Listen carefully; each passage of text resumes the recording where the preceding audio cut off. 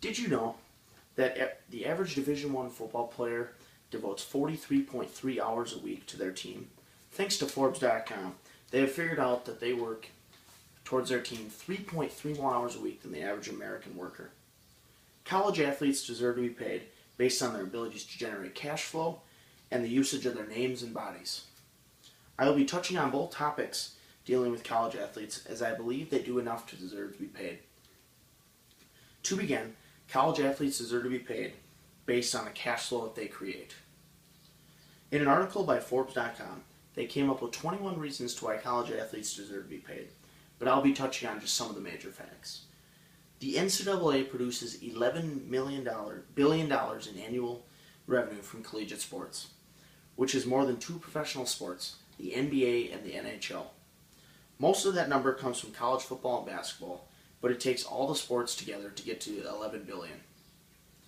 In 80% of the states, the highest paid public official is a state university's head football or basketball coach. In all professional cases, the players are paid more than the coach because the players ultimately do more work than the coach. So how come in college sports, the coach is rewarded based on the money that the players are actually making?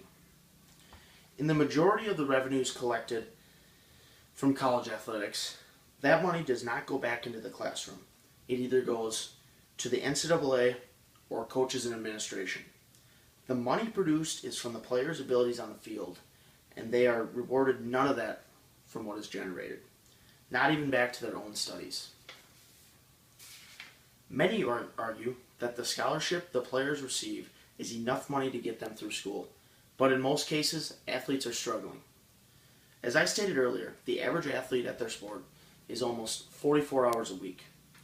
According to the Huffington Post, the average full-ride scholarship is $25,000 per year.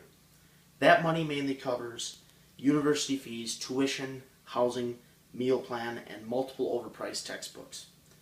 After all that money is distributed, players don't have any money left over for food and fun, because all college kids should have fun.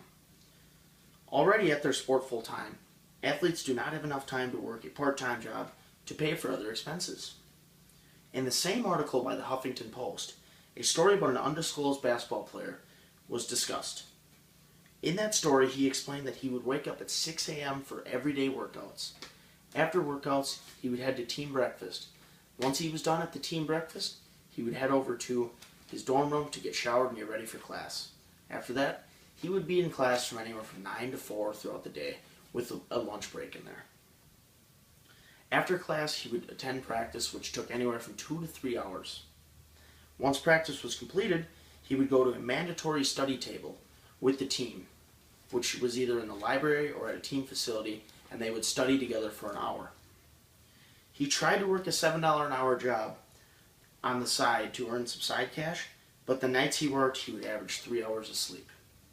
This goes to show that players in Division I sports do not have enough time to work part-time and are getting by without anything outside of the sport. Based on the players' abilities to provide entertainment to fans across the world, conference officials and others are making money off them and not rewarding the players. According to the Washington Post, the Big Ten Conference Commissioner Jim Delaney was awarded $20 million in bonuses based on the cash flow that was generated by the conference. Although I agree with the fact that he should be rewarded for his hard work on marketing the conference, the players are the ultimate product, and they should be rewarded because people tune in to watch the players, not to listen to what the commissioner has done. Going along with the cash flow that the players in the NCAA generate, they are also used for branding of the NCAA and receive zero compensation. According to The Nation and ESPN, $1.15 billion were generated in television ads, which is more money generated in the NFL and NBA playoffs. Players are used in commercials, interview segments, and other various things that help generate money and are given $0 towards their efforts.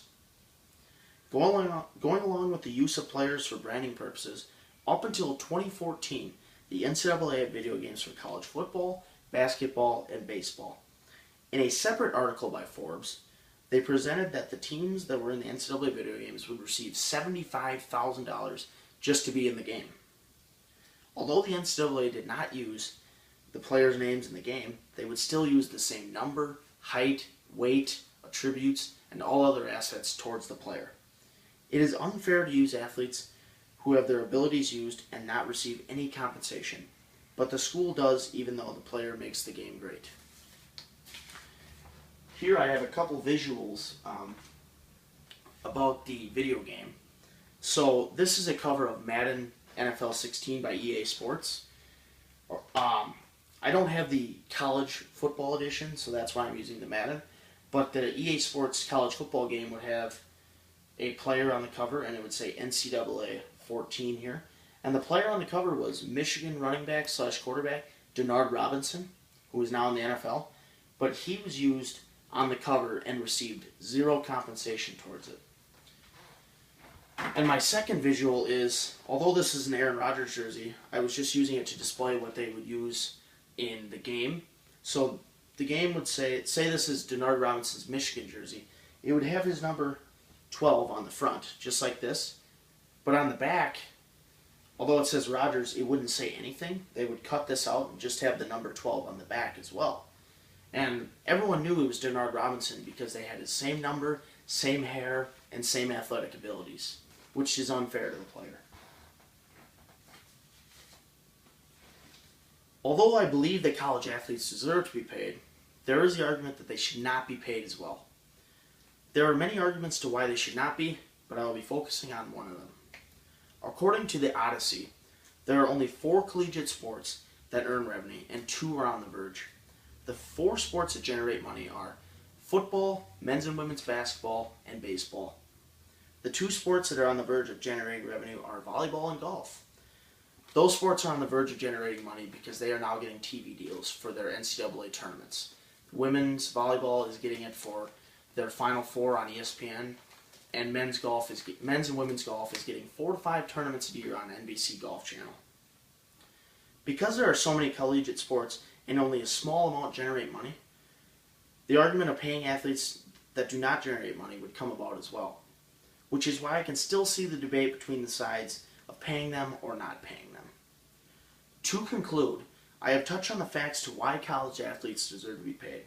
They deserve to be paid based on the cash flow that they generate and the NCAA's use of branding them for their own marketing purposes.